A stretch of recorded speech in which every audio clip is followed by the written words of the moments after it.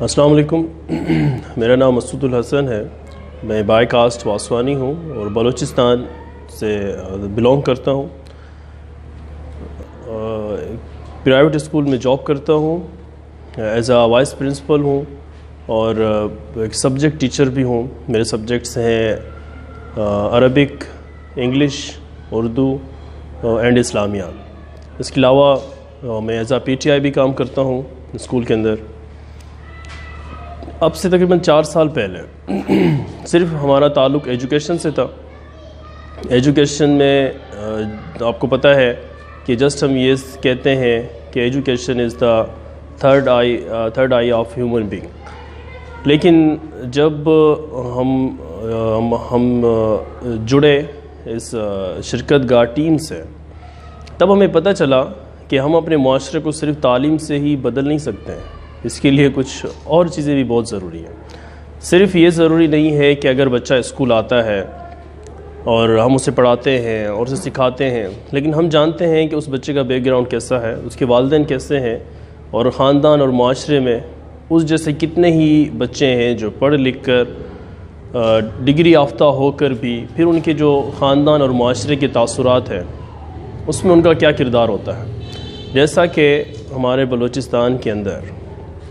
یہ ایک واضح بات ہے کہ یہاں پر بہت ساری رسم و روایات ایسی ہیں جن کو ایجوکیشن جیسا پاور بھی تبدیل نہیں کر سکتا. یہ ایک بہت بڑا المیہ بھی ہے کہ شاید تعلیمی یافتہ طبقہ یہ سمجھتا ہے کہ ہم تعلیم کے ذریعے اویئرنیس لا سکتے ہیں. کسی حد تک یہ ایک بہت اچھی بات ہے، کسی حد تک یہ ممکن بھی ہے، لیکن یہ مکمل طور پر اس کو ہم نہیں کہہ سکتے کہ ایک صرف جو ہے اسکولز اور تعلیم ہی جو ہے اس اگنورینس کو، اس جہالت کو ختم کر سکتی ہے. الحمدللہ منصور بھائی نے ہمیں اس یوتھ کوہارٹ سے جوڑا اور ہمیں کام کرنے کے طریقے بتائے. ہم نے کوئی ہمارے ساتھ زور زبردستی نہیں تھی اور نہ ہی انہوں نے ہمیں جو ہے فورس کیا کہ آپ لوگ آ جائیں اور کام کریں. اس میں کوئی بینیفٹس نہیں تھے، کوئی ایسا بظاہر ہمیں نظر نہیں آ رہا تھا کہ جس سے ہم یہ سمجھیں کہ ہمیں اس میں جو ہے کوئی مالی فائدہ ہو رہا ہے یا پھر کچھ ایسا. لیکن ہم چاہتے تھے، کیونکہ ایجوکیشن سے ریلیٹ تھے، ہم چاہتے تھے کہ ہمارے شہر میں جو پرانی رسم و روایات ہیں ان کا بائیکاٹ ہو سکے، یہاں جتنی جہالت ہے وہ ختم کی جا سکے. جیسا کہ یہاں پر کم عمری کی شادی کا رواج میں تو اب تبدیلی آئی ہے، بہت بڑی تبدیلی آئی ہے، بہت بڑے پیمانے پر تبدیلی آئی ہے. تو میں کہوں گا کہ اب سے تقریباً 4 سال پہلے جو کچھ میں دیکھ رہا تھا کہ یہاں کم عمری کی شادی کا رجحان بہت زیادہ تھا. اس کے علاوہ بچیوں کی بلی چڑھانا، اس سے مراد کہ بچیوں کو کسی قرضے کے عوض دے دینا، بیچ دینا، اور کچھ معاملات اور کسی جھگڑے وغیرہ کے فیصلوں پر ان کو مینس کے کسی کے حوالے کر دینا. یہاں کی یہ رسم و روایات ہیں. یہاں تک بھی دیکھا گیا کہ پڑھے لکھے گھرانوں میں بھی اس کا رجحان بہت زیادہ تھا کہ پڑھے لکھے گھرانوں میں پڑھے لکھے افراد بھی جلد از جلد شادی کرانے کے قائل، اور وہ یہ سمجھتے تھے کہ ہمارا معاشرہ ایسا ہے، ہمارے شہر میں ہمارا اٹھنا بیٹھنا ایسا ہے ہمارے دوستوں کے ساتھ، تو اگر ہم نے اپنی بچیوں کی جلد از جلد شادی نہ کرائی تو ہمارا اٹھنا بیٹھنا جو ہے وہ شرم کا باعث ہوگا. لیکن الحمدللہ جب سے یہ شرکت گاہ ٹیم یہاں استاد محمد میں ہمارے شہر میں اس نے کام کرنا شروع کیا، اس کی بہت بڑی ضرورت تھی کام کرنے کی، اور جتنی بھی اویئرنیس آئی ہے اس کا سارا کریڈٹ جاتا ہے یوتھ کوہارٹ ٹیم کو، شرکت گاہ ٹیم کو، کہ انہوں نے ایک بہت بڑی جد و جہد کی، ایک بڑے پیمانے پر اسٹرگل کرنے کے بعد یہ تبدیلی ممکن ہوئی. بظاہر طور پر میں بھی یہ سمجھتا ہوں کہ اس میں کوئی بھی ایسا طبقہ جو یہ سمجھتا ہو کہ شاید جو ہے ان دا فیوچر صرف تعلیم دینے سے جو ہے یہ سارا معاشرہ چینج ہو جائے گا، یہ پرانی رسم و روایات چینج ہو جائیں گی، تو یہ ایک بہت بڑی خوش فہمی ہے اور ایک انتہائی جو ہے ایک بہت بڑی غلط فہمی بھی ہے۔ الحمدللہ یہاں پر شرکت گاہ ٹیم نے بہت بڑا کردار ادا کیا شہر کے اندر، اور ہم نے بہت سارے شروع میں ہمیں ٹریننگ دی گئی اس حوالے سے کہ ہم نے کس طرح سے اس جہالت کو ختم کرنا ہے اور لوگوں کے اندر کس طرح سے انوائرمنٹ لانا ہے، اویئرنیس لانی ہے، اور اس انوائرمنٹ کو کس طرح سے ہم نے چینج کرنا ہے۔ اس سے پہلے ہمیں ٹرینڈ کیا گیا، جو شرکت گاہ ٹیم سے ہی ہمارے لیے ایک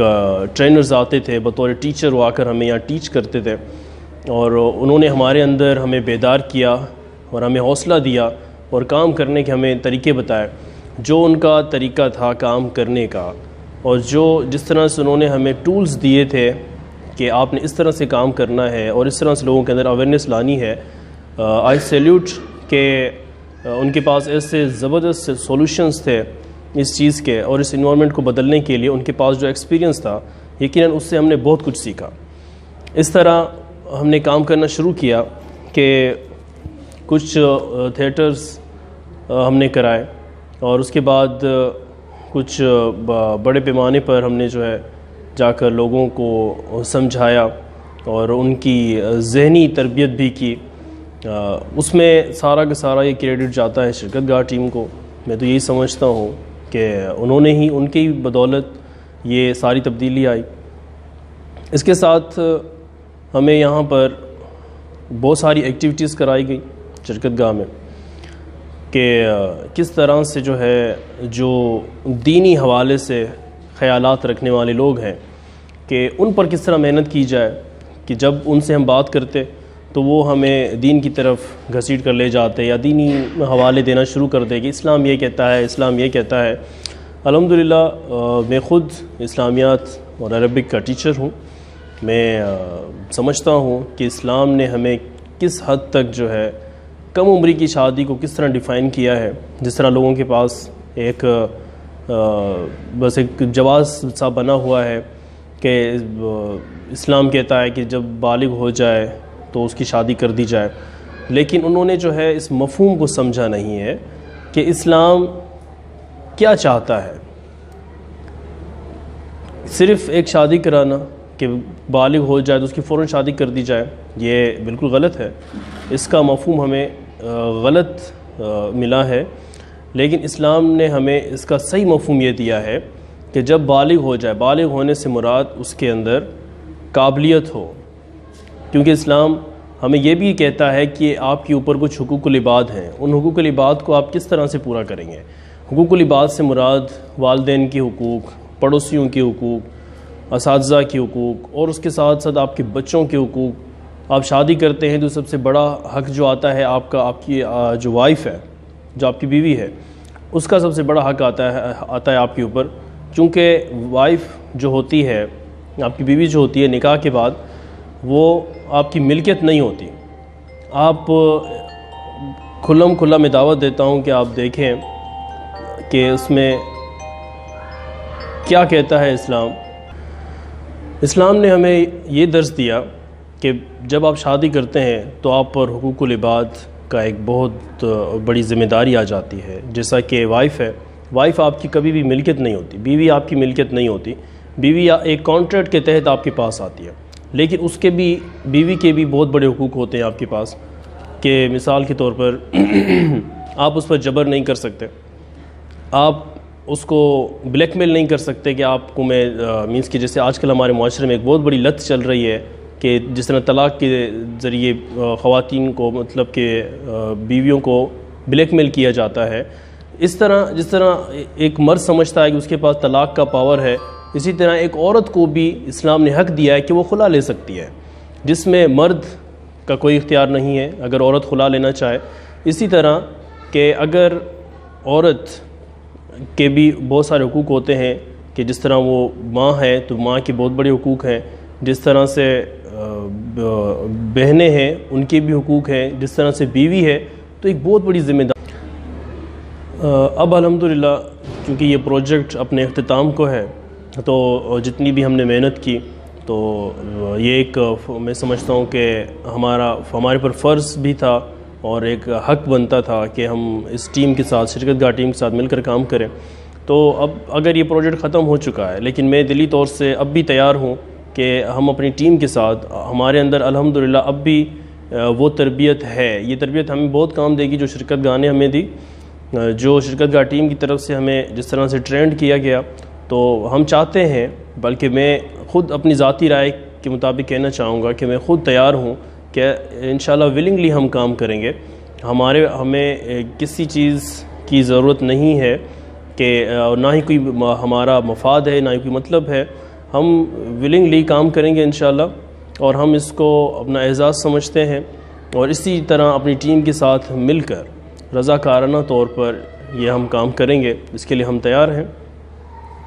تو بہت شکریہ شرکت گاہ ٹیم کا، بہت شکریہ منصور بھائی کا جنہوں نے ہمیں اپنے ساتھ جوڑ کر رکھا. Thank you very much.